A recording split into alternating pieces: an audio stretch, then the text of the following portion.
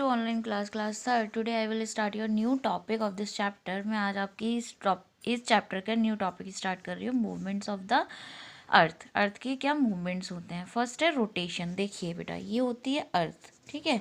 ये अपने एक्सिस पर तिरछी होके घूमती है।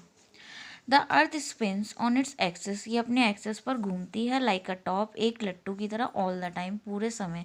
N axis is a straight line. एक एक्सिस जो होती है वो एक स्ट्रेट लाइन होती है। One end of the earth to the another passing through the centre, जिससे एक से दूसरा सेंटर के बीच में से निकल के जा रही होती है। और ये एक इमेजिनरी होती है। It is also slightly titled, और हल्की सी झुकी भी होती है। The earth spins anticlockwise. वो क्लॉकवाइज नहीं, एंटी क्लॉकवाइज चलती है, वेस्ट टू ईस्ट। ये मूवमेंट जो होता है ये रोटेशन कहलाता है। और अर्थ 24 आवर्स में अपना एक रोटेशन कंप्लीट करती है। Rotation causes day and night. देखिए बेटा, ये है सन और ये है अर्थ। जितना पार्ट जब अर्थ रोटेट कर रही है सन की रोशनी के ठीक सामने पड़ता है, वहाँ होता है दिन। और जो जहाँ तक रोशनी पहुँच नहीं पाती वहाँ होती है रात। As the earth rotate on its axis. जब अर्थ अपनी एक्सिस पर रोटेट यानी घूमती है तो उसका आधा हिस्सा सन के सामने आता है और आधा पीछे। तो जो आधा हिस्सा सन के सामने आता है वहाँ जहाँ प्रॉपर सनलाइट होती है वहाँ होता है दिन।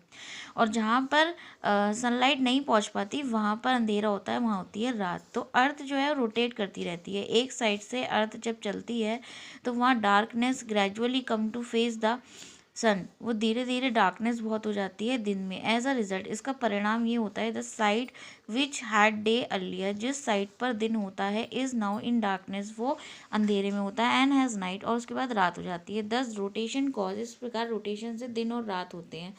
अर्थ टेक्स 24 आवर्स। अर्थ को पूरे 24 घंटे लगते हैं एक रोटेशन में। रेवोल्यूशन क्या होता है, the earth not only rotate on its axis. Earth अकेली अपने एक्सिस पर रोटेट नहीं करती है, बल्कि ये सन के चारों ओर एक फिक्स पाथ में रेव्यूल भी करती है, घूमती भी है। उसे हम उस फिक्स रास्ते को ऑर्बिट बोलते हैं। और ये जो मूवमेंट जो अर्थ पूरा सन की तरफ पूरा एक साल में जाकर घूमता है, वो पूरा मूवमेंट कहलाता है रेवोल्यूशन। ये सन है, इसके चारों ओर अर्थ धीरे धीरे धीरे धीरे करके जो चारों ओर करती है, वो पूरा रेवोल्यूशन एक साल में जाके कंप्लीट होता है। So let's come on your checkpoint. The earth and the 8 planet system around it to form. जो अर्थ है और 8 प्लैनेट सिस्टम में मिलके क्या बनाते हैं, solar system. The earth spins form. Earth चलती है west to east. Two movements कौन कौन से होते हैं अर्थ के, rotation and revolution. So now let's come on the sun.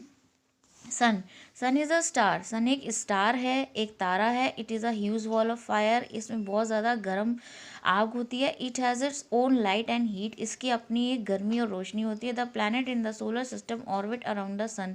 जो प्लैनेट्स हैं, ग्रह हैं सोलर सिस्टम के चारों ओर, वो घूमते हैं। It is the nearest star. ये बिल्कुल करीबी स्टार है अर्थ का। It gives us heat and light. ये हमको गर्मी देता है, रोशनी देता है। It is the main source of heat and light on the earth.